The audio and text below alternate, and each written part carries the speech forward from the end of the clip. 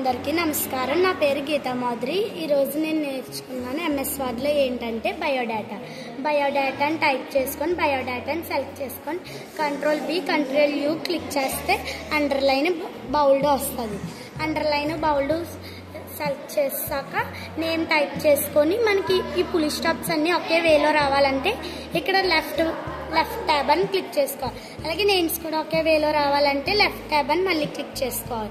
Next page border రావాలంటే డిజైనర్స్లోకి వెళ్ళి డిజైనర్లో లాస్ట్లో పేజ్ బార్డర్ అని ఉంటే పేజ్ బార్డర్ క్లిక్ చేశాక దీంట్లో మనకు నచ్చిన బార్డర్స్ ఉంటే ఈ డిజైనర్స్ అన్నీ చూసుకొని నెక్స్ట్ ఇక్కడ డిజైనర్స్ అండి ఈ డిజైన్లో మనకు నచ్చిన డిజైన్ సెలెక్ట్ చేసుకోవాలి. సెలెక్ట్ చేసుకొని నేనైతే ఈ డిజైన్ సెలెక్ట్ చేసుకున్నాను. నెక్స్ట్ బ్యాక్ వచ్చేయాలి. బ్యాక్ వచ్చాక